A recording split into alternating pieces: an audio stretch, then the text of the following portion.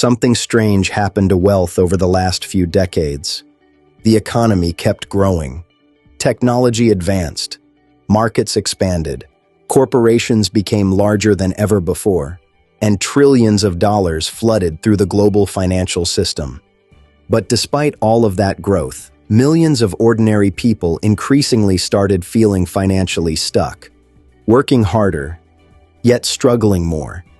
Meanwhile, another group quietly became dramatically wealthier during the exact same period. Not slightly wealthier, exponentially wealthier.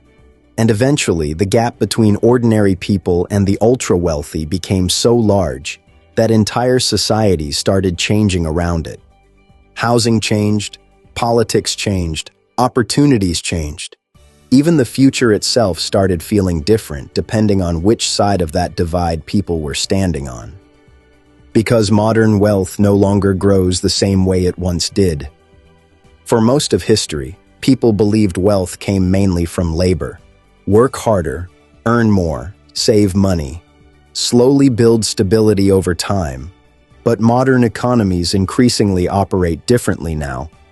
Today, ownership matters more than labor itself in ways most people still don't fully understand. And once that shift began accelerating, wealth started concentrating faster and faster into fewer hands over time. Not because millions of ordinary people suddenly became lazy, but because the structure of the system itself increasingly rewards people who already own assets at large scale. That's one of the biggest transformations happening in the modern world, and most people barely notice it while living inside it, because wealth concentration doesn't usually feel dramatic day to day. It happens quietly, slowly, almost invisibly, 1 year at a time. Asset prices rise. Stock markets rise, real estate rises, investments compound, and people who already own those assets become wealthier automatically while they sleep. Meanwhile, millions of workers continue exchanging time for income inside systems where wages often grow far slower than asset prices themselves. That creates a completely different economic reality over long periods of time. Because labor has limits. There are only so many hours people can work, only so much income salaries can produce. But ownership compounds differently. Ownership scales, ownership multiplies, ownership grows even when people are not actively working at all.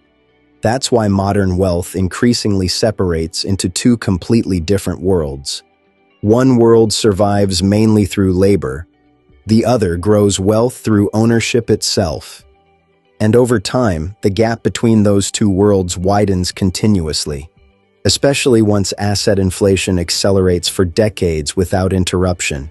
Homes become more valuable, stocks become more valuable, businesses become more valuable, land becomes more valuable, and the people who already controlled those assets quietly absorb enormous amounts of expanding wealth over time. That's one reason modern inequality feels very different from older forms of inequality throughout history. Because today, wealth often grows automatically through financial systems themselves, not simply through direct exploitation or visible corruption alone. And many ordinary people continue participating inside economies that appear successful overall while personally feeling increasingly left behind at the exact same time. That contradiction confuses millions of people because they were taught that economic growth naturally benefits everyone over time. But modern financial systems distribute growth unevenly depending on what people already own when expansion begins. That changes everything, especially after major economic crises, because crises often destroy weaker balance sheets first. Ordinary workers lose jobs. Small businesses collapse, savings disappear, families fall behind on debt, but large asset owners often recover far faster afterward, sometimes becoming even wealthier after the crisis than before it started. That pattern repeated again and again throughout modern history. After crashes, after recessions, after market collapses, and especially after massive financial stimulus enters economies during emergencies. Because newly created liquidity rarely spreads evenly throughout society initially, it often reaches financial markets and asset holders first. Stocks surge upward. Real estate prices rise. Investment portfolios recover rapidly, and people already positioned near those assets benefit enormously from the rebound. Meanwhile, ordinary households often recover much slower instead, especially if they entered the crisis carrying debt. That's one reason many people increasingly feel like the economy functions differently, depending on how wealthy someone already is before instability begins. Because modern financial systems protect ownership extremely efficiently. And once ownership becomes concentrated heavily enough, wealth itself starts generating even more ownership automatically over time. That's where compound growth becomes extremely powerful. A person working for wages may slowly increase income year after year, but large asset portfolios can sometimes grow by millions of dollars during strong market cycles without additional labor at all. And over decades, that difference becomes enormous, especially once investment returns continuously outpace wage growth itself. That's why many wealthy families often become significantly wealthier across generations, even without dramatically increasing labor output. Because ownership compounds continuously through stocks, real estate, private equity, businesses, land, and financial assets connected directly to expanding economies. Meanwhile, workers depending entirely on salaries face a much harder mathematical challenge.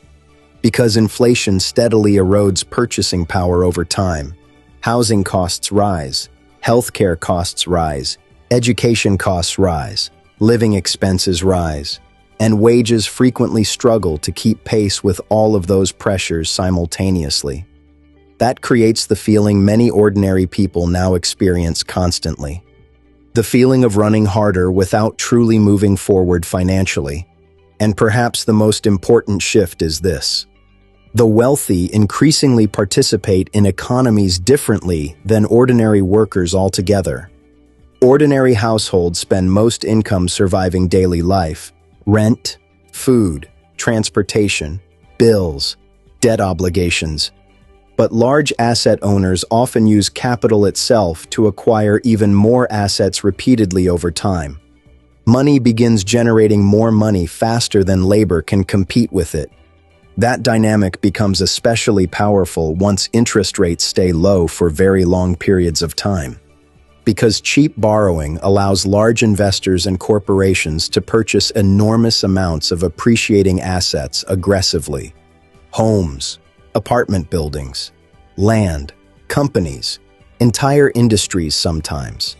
And once ownership concentration reaches certain levels, entire markets start becoming increasingly difficult for ordinary people to enter later. Housing becomes harder to afford. Investments become more expensive. Opportunities narrow, and wealth slowly concentrates further upward again. That cycle quietly reinforces itself over time, and technology accelerated much of this process dramatically. Modern financial systems move capital globally within seconds now. Investment firms scale larger than ever before. Corporations operate internationally. Algorithms optimize profit constantly. And enormous pools of wealth increasingly compete for ownership opportunities across the entire world simultaneously. Meanwhile, ordinary workers still live mostly local financial realities. Local salaries, local rent, local bills, local debt. That imbalance creates enormous pressure over time, because global capital increasingly moves faster than ordinary labor can adapt to economic change itself. And eventually, societies begin splitting psychologically around wealth concentration too. One group experiences rising asset wealth, the other experiences rising financial pressure. One group benefits enormously from inflation inside asset markets. The other struggles against inflation in everyday living costs. Those two realities slowly drift further apart over decades until societies begin feeling emotionally divided underneath the surface. And once enough people believe the system no longer distributes opportunity fairly, trust starts weakening across entire economies. People become frustrated, cynical, financially exhausted, because many ordinary workers increasingly realize they are participating inside systems where ownership often matters far more than effort alone. That realization changes society deeply, especially for younger generations entering adulthood today, because many younger workers now face housing markets, debt burdens, and living costs that previous generations never experienced at the same scale relative to wages themselves. And at the exact same time, they watch enormous wealth continue accumulating upward throughout financial markets constantly. That creates a dangerous emotional divide inside economies. Because once societies begin separating too aggressively between ownership and labor, between asset holders and financially vulnerable populations, instability often rises slowly underneath the surface. Not necessarily immediate collapse, but resentment, distrust, political tension, economic anxiety, and widespread feelings that the future itself is becoming inaccessible for ordinary people. That's why wealth concentration matters far beyond rich versus poor debates alone, because concentrated ownership changes the structure of entire societies over time. Housing markets change, political influence changes, corporate power changes, economic mobility changes, even social stability itself changes. And perhaps the most important thing to understand is this: modern wealth concentration was not created by one single event. It emerged gradually through decades of compounding financial systems interacting together simultaneously. Asset inflation, debt expansion, globalization, technology, monetary policy, ownership concentration, financialization, all reinforcing one another over time. Until eventually, the gap between ordinary labor and large-scale ownership became wider than many societies had seen in generations. And the longer those forces continue compounding together, the more difficult it becomes for ordinary workers to catch up using labor alone. Because ownership increasingly shapes the future of wealth itself. Not simply effort, not simply discipline, not simply hard work. And that realization may become one of the defining economic questions of the modern world over the next several decades. Because if wealth continues concentrating aggressively enough, societies may eventually divide into entirely separate financial realities altogether.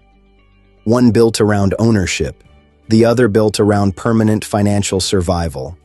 And once that separation becomes large enough, entire nations begin changing psychologically, economically, and politically in ways most people still underestimate today.